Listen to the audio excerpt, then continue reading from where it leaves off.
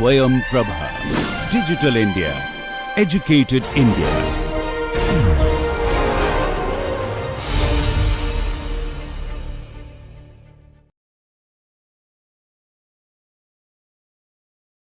Welcome to week 7. In this week we will be looking at the mechanics of composites. For that we will start with describing the 3D stress strain relations in the material. But in this specific video we will be focusing on 3D stresses and strains, meaning we will try to give the notations for the stresses and strains and then show what is the relation for stresses and strains for a very generalized material. So, when we talk about mechanics of composites, we really need to focus on the lamina, the laminate and the structure, because if we look closely, what are the actual building blocks of a composite? So, the building blocks of the composite are the fibers and the matrix materials. So, when we combine them, we get the laminate. So, in this lamina, previously we mentioned there is a UD meaning unidirectional lamina or BD meaning bidirectional lamina. So, in both of them we do have these continuous fibers and then the matrix material to hold them together. So, first we need to understand what is the mechanics of the lamina, because then once we have a clear understanding of the lamina, then we can move to the laminate, where we said laminate is simply a stacking of individual layers of lamina. So, once we stack these layers together, again we need to understand the mechanics of these laminate. When I say mechanics of laminate, we want to understand for a given applied load, how do these deform, the lamina and the laminate deform. Or in other words, if we know the deformation, we need to be able to tell at what loads we can achieve a targeted deformation or deflection. And then once we understand these laminates, then we are in a better position to design composite structures. So, but again let us see, if we are focusing on the lamina, there are two aspects we need to be focusing on. One is the micromechanics and the other is the macromechanics. So, as the name says, when we say micro, we are looking at from the micro level of a lamina. In the micro level, for a lamina we have both the fiber and the matrix material. So, which means we take the properties of the fibers, we consider the properties of the matrix and then use this information to estimate what are the properties or how will the lamina behave. So, this is micro because now we are assuming that the lamina is heterogeneous, meaning the individual fiber is homogeneous or the matrix is homogeneous, but since we are mixing both of these materials, we are now looking at a non-homogeneous material. So, that is why we need to look at how to predict or estimate the properties of these lamina starting from fibers and the matrix. This will be covered during the micromechanics of lamina, where we discuss the fiber plus the matrix. And later we will see that though it is good for us to be able to predict the effective properties of a lamina, for us to go forward it is good to have these effective properties, meaning, so in the macromechanics we are assuming that this lamina is a homogeneous material which has some effective properties, and once we know these effective properties, how do we see the relations between the stresses and the strains? That is what we will discuss in the macromechanics of lamina. And once we understand both the micro and macro mechanics, later we will move on into the laminate, where we will discuss the macro mechanics of the laminate. So, there too again we will assume that the laminate is a homogeneous material, which means that it has some effective properties or average properties. These average properties we will try to derive based on the information we get from the stacking sequence and the properties of each individual layer. That is what we meant by discussion about the macro mechanics of the laminate. Essentially we will be focusing on one theory called as the classical laminate theory.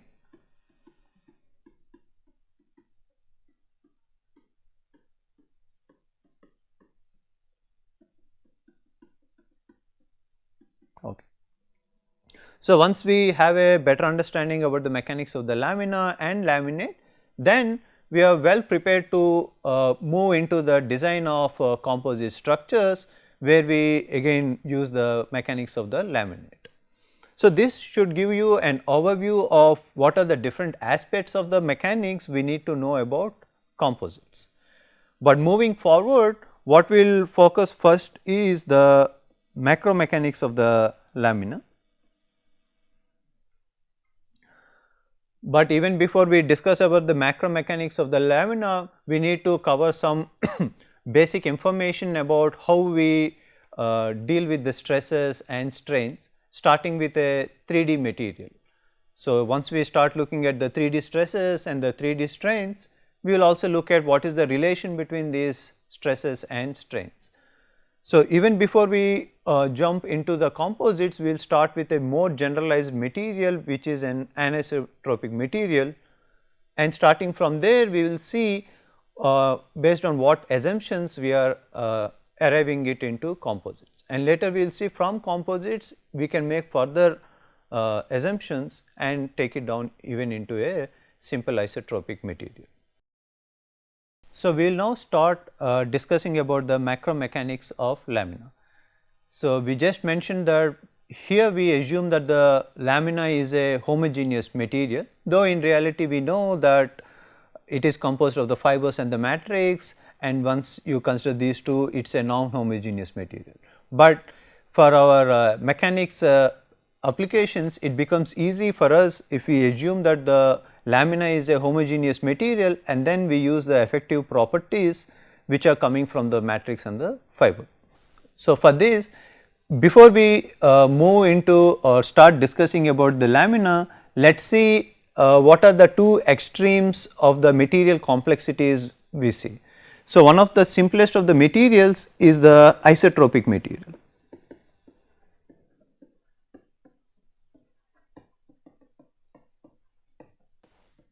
So, the classic examples are these aluminum and steel. We assume them to be isotropic material. What do they mean? It means that the properties are the same in any direction in the material. So, if you are looking at a particular point in the material and then you are looking at one specific direction from that point, we see that the properties do not change whether with the change in the direction.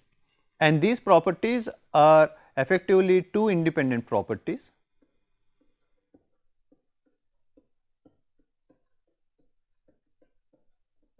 Or two independent elastic constants is what we need.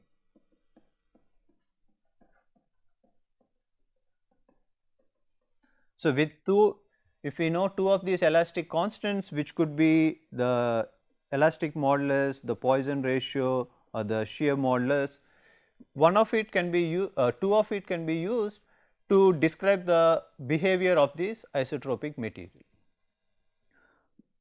But the other extreme is a generalized anisotropic material.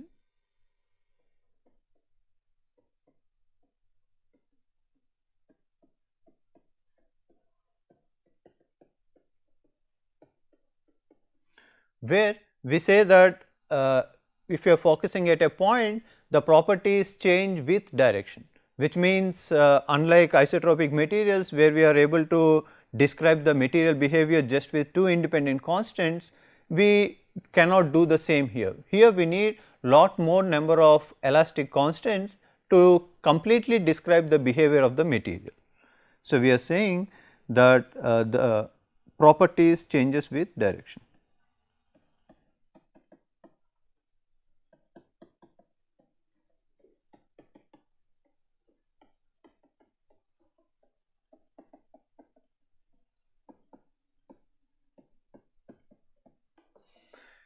So, now that we have seen the isotropic material and the anisotropic material, from this if we are now discussing about the composites, we see that it is neither as simple as the isotropic material nor as complex as the anisotropic material, means it is somewhere in between.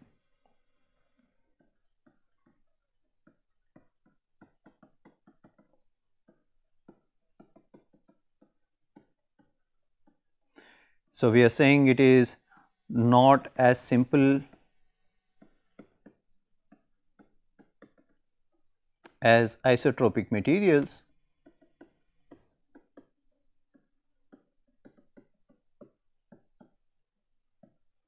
nor as complex as anisotropic materials.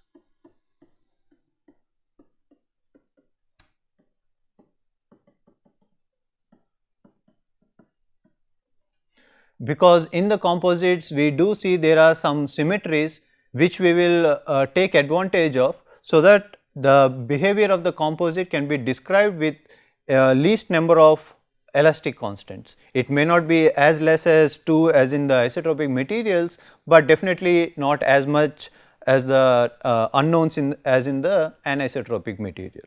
So, given this perspective of where our composites are placed between this isotropic and anisotropic material, we see that we should be able to define the relation between the stresses and the strains. But let us look at the definition of the stresses and strains and the notations we use for representing the 3D stresses and the 3D strains. So, we will start with the state of stress.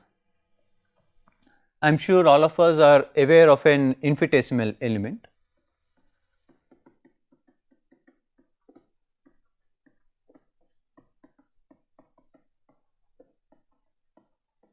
Essentially what we are doing is we are focusing our attention at a specific point in the material.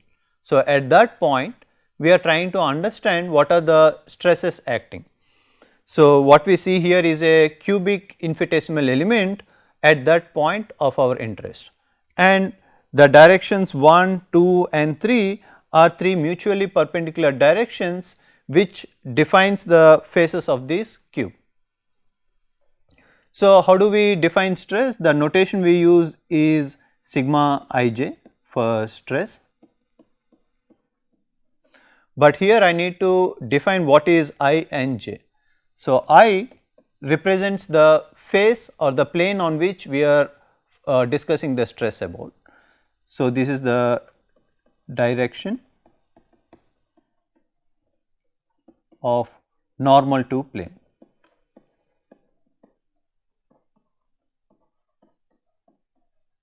So, usually we define the direction of a plane by its normal. So, the perpendicular direction to the plane, that should give you the direction of the plane.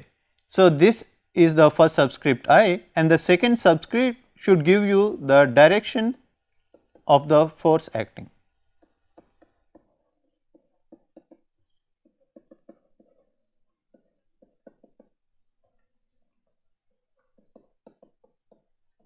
Okay. So, let us see what it means. First let us focus on this face, which is a 2-3 plane. So, because it is parallel to the 2-3 plane, we call it as a 2-3 plane, but how do we define the direction of the normal? We define it by direction 1, because the perpendicular to this face is along the coordinate 1. So, now let us see, on each plane we have 3 stresses. So, one perpendicular to the plane. So, let us say here it is sigma 1. The reason why we start with 1 is because this defines the direction of this plane, and what is the direction of the force we are looking at? Again in the one direction. So, it is sigma 1 1. Now, looking at this arrow, we should write it as sigma 1, because the first subscript represents the plane. The plane is still 1 here, but now the force is along the direction 2. So, we write it as sigma 1 2. Similarly, here we start with 1 representing the plane and 3 representing the direction of the force or stress here. So, what we have seen is, on this particular plane we have shown 3 components of stresses: sigma 1 1, sigma 1 2 and sigma 1 3. Now, let us apply the same thing for a different plane. Here we are looking at a plane parallel to 1 3. What is the direction of the normal to this plane? It is in the direction 2. So, here to start with we will write it as sigma 2 representing the plane, and then the direction is along 1. So, it should be sigma 2 1. For this it should be sigma 2 for the plane and 2 for the here I should correct it.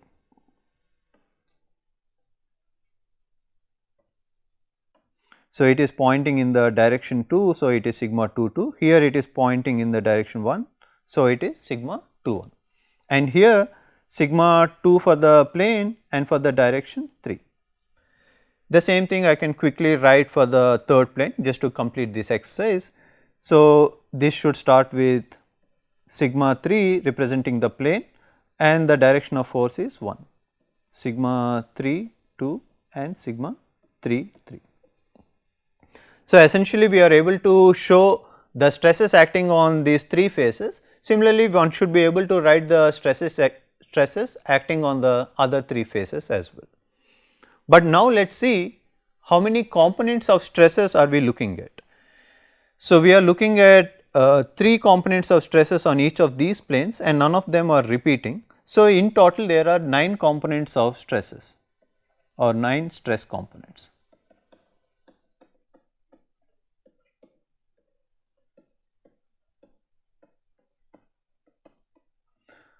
So, if you look closely, we see that some of these suffixes are the same. So, meaning that when we are talking about sigma ij, either I and j are equal. When both I and j are equal, such as in sigma 1 1, sigma 2 2 and sigma 3 3, we call them as normal stresses.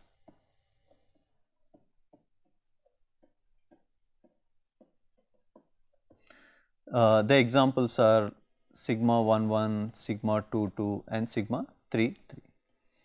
But if I is not equal to j, that is when we call them as shear stresses.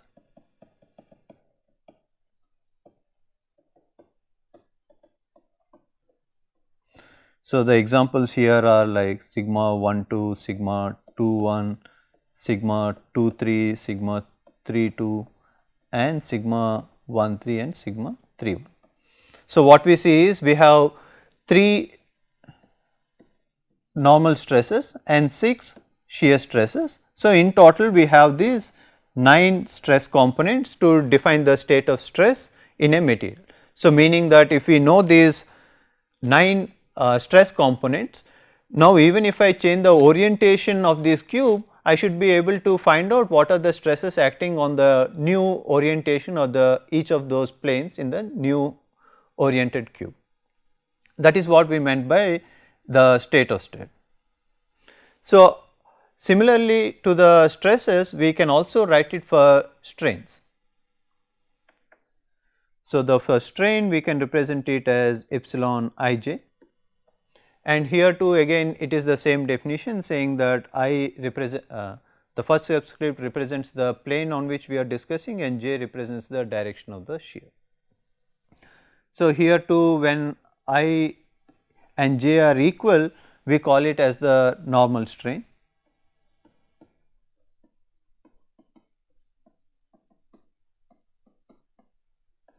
And when I is not equal to j, these are called as shear strains.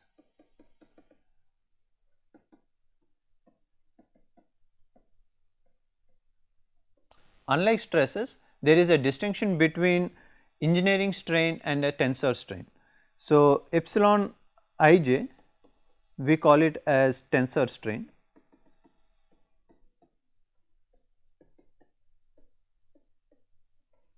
and gamma ij are called the engineering strain.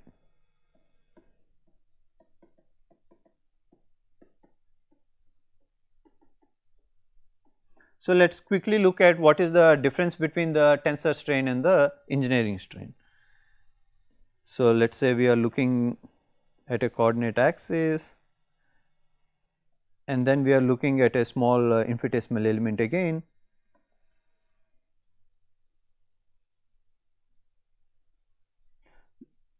Let us say this element takes the shape of a square, and after applying loads it takes a new shape which I will show with dotted lines.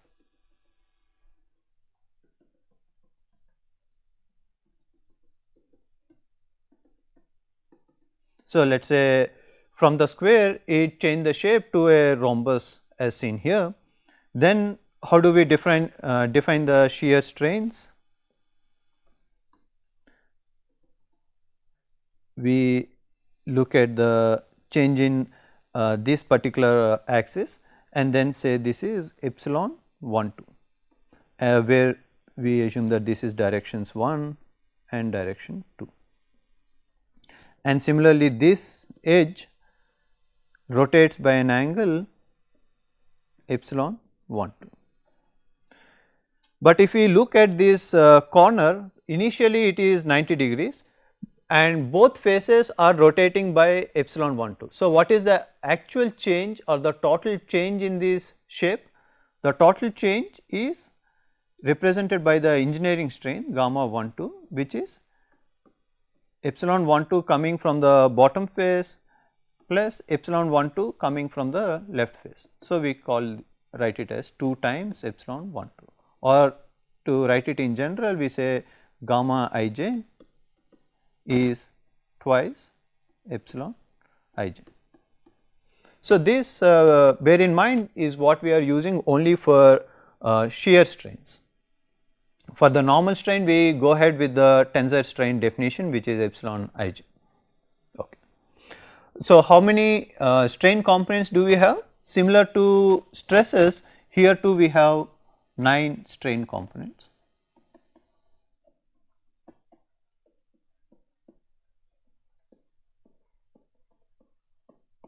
Of which 3 are the normal strains, which are epsilon 1 1, epsilon 2 2 and epsilon 3 3, and then we have 6 shear strains, which are epsilon 1 2, 2 3, 3 1 and then epsilon 2 1, epsilon 3 2, epsilon 1 3.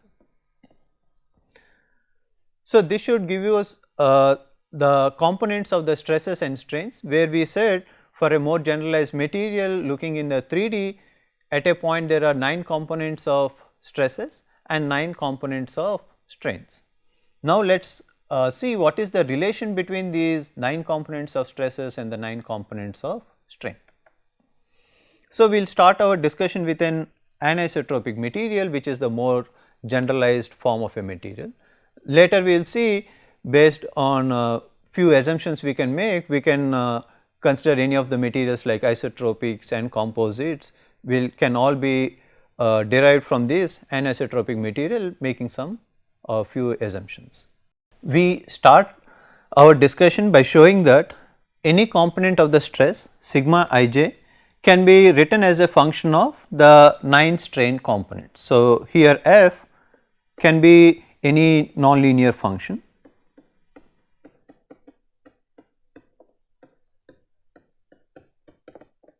to start with. But then so we know that the behavior of the materials is linear or non-linear, meaning the relation between the stress and strain can either be linear or non-linear depending on the material we are working with or the range of stresses or strains we are looking at. But in this course we will be focusing on linear elastic materials. So, considering linear elastic,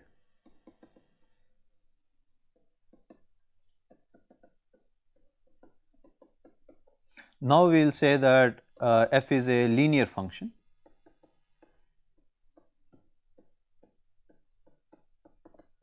So, once we consider f to a linear function, I can write the relation between stress and strain in terms of this C, where sigma ij are the stress components, 9 stress components, and epsilon kl are the 9 strain components. So, here I, j, k and l all go from 1 to 3.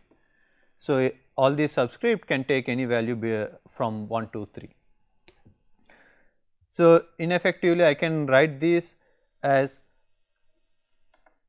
I can replace the k and l with summations, because as you can see they are repeating twice. So, we have a k here as well as here and the l here and here. So, these are like in Einstein notations, if you see that there is a notation which is repeating twice, we consider a summation. Now, let me write it as a summation. So, now we write it in terms of summation of k goes from 1 to 3 and L goes from 1 to 3 with a summation. So, for us to get a clear idea about what this summation means, let us focus on one particular stress component. Let us say we are looking at sigma 2 3, which means I equals 2, j equals 3. How can we write this summation as? So, it should be C I j k L. So, C I and j we already know is from 2 to 3. So, we write it as 2 3. So, for k and L we need to go from 1 to 3. So, let us start with k is equal to 1 and L going from 1 to 3. So, 1 1 epsilon k and L, k I have chosen as 1 and 1 plus again I and j remain the same, k will remain the same, but L we are now moving from 1 to 2. So, this will be epsilon 1 2 plus C 2 3 1 3 epsilon 1 3 plus now we will move from I j will remain as 2 and 3, but for k we will move to 2 and then again L should go from 1 to 3. So, these are epsilon 2 1 .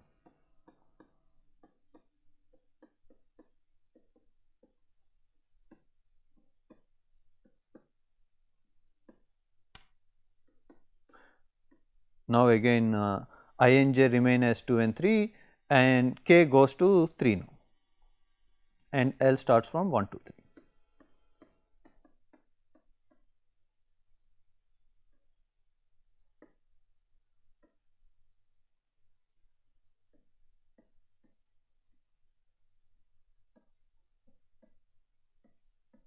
Okay. So, the reason we have written or expanded this summation is to show that for this one single component of stress, which is sigma 2 3, we have 9 components which are summed up, and you can see this takes care of all the 9 components of the strain, but with each of these components you have a constant which is pre-multiplied. So, this says we have 9 constants just to define one component of the stress. So, if we continue it for the other components of stress, how many components of stress do we have? We have 9 components of stress. So, each of these stress component will bring in 9 constants to for a linear combination with the 9 components of strain. So, let us see how we look at it. So, here we have 9 components of stress and 9 components of the strain. The way to look at it is, so we have written all the stress components as a column vector with 9 components. Similarly, for the strains we wrote it as a column vector with all 9 components of strain.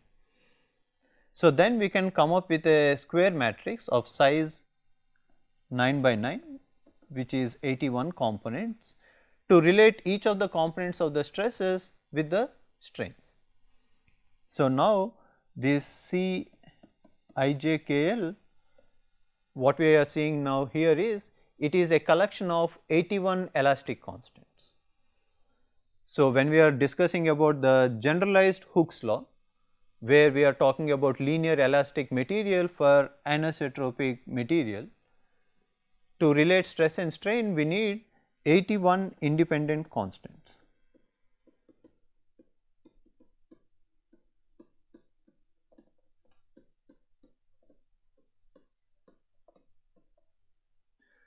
Okay.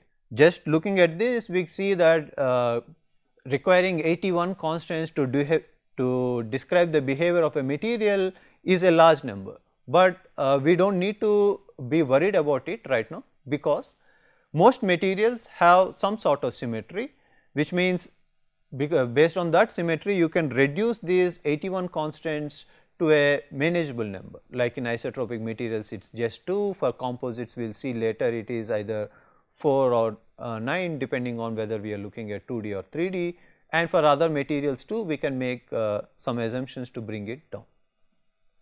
So, before we move on, so the stresses sigma I j and the strains epsilon I j, these are actually second order tensors.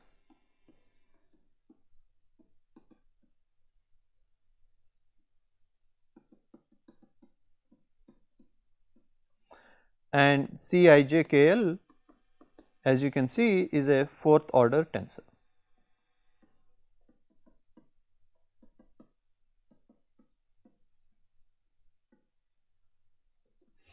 Okay. So, what we have achieved till now is to show the relation between the stress and strain for a most general anisotropic material. Now, let us summarize what we have discussed in this video. We first started by saying that what are the different aspects we need to look at when we are discussing about mechanics of composites. We said we need to discuss about the mechanics of the lamina, where we discuss both the micromechanics and the macromechanics of the lamina, and then we also need to discuss about the mechanics of the laminate, where we said we are interested in the macromechanics of the laminate. Specifically in this course, we will be focusing our attention to the classical laminate theory.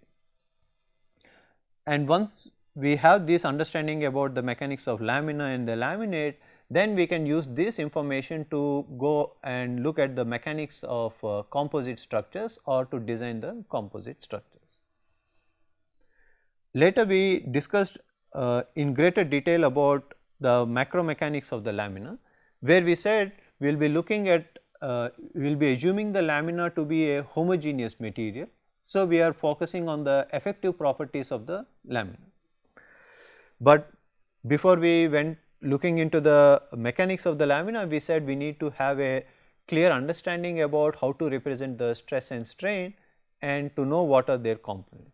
So, we started by representing the stress as sigma ij, where we said it has 9 components in the 3D, and similarly for strain epsilon ij also has 9 components. And then we also discussed about the normal and shear stresses as well as the normal and shear strains.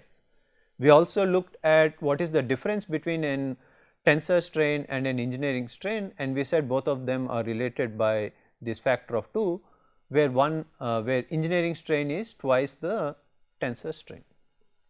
And lastly, we showed that using the general Hooke's law, we can relate the stress and strain for an anisotropic material. So, we have seen that it needs 81 independent constants to completely define the linear elastic behavior of this anisotropic material. So, with this we will conclude this video.